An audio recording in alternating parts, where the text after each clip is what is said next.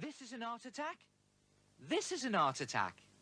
This is Art Attack.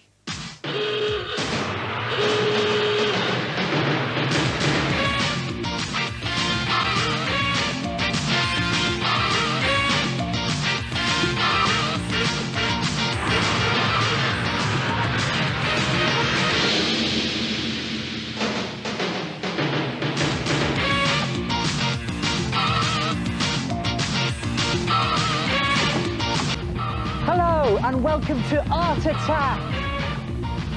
Now this is the show that is going to give your eyeballs a very big shock, because over the next 7 weeks we are going to go wild with art. Now you don't have to be a great artist, we're just going to have fun being creative. But first, let me let you into a secret. I have got a big problem. I keep getting the urge to do this. Woo!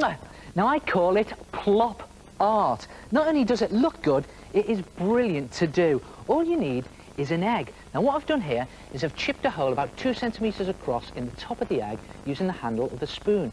You empty the contents out of your egg into a cup, use it for an omelette or something a little later on, and then into the empty eggshell you pour paint. Now you can experiment with the type of paint you use, or you can use ink. This is poster paint I'm using here, mixed with a little bit of water.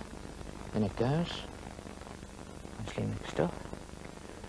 Now as you can see, Plop Art can be a little bit messy, so please do it out in the garden, lay loads of newspaper down, put your plopping paper down, and then plops away!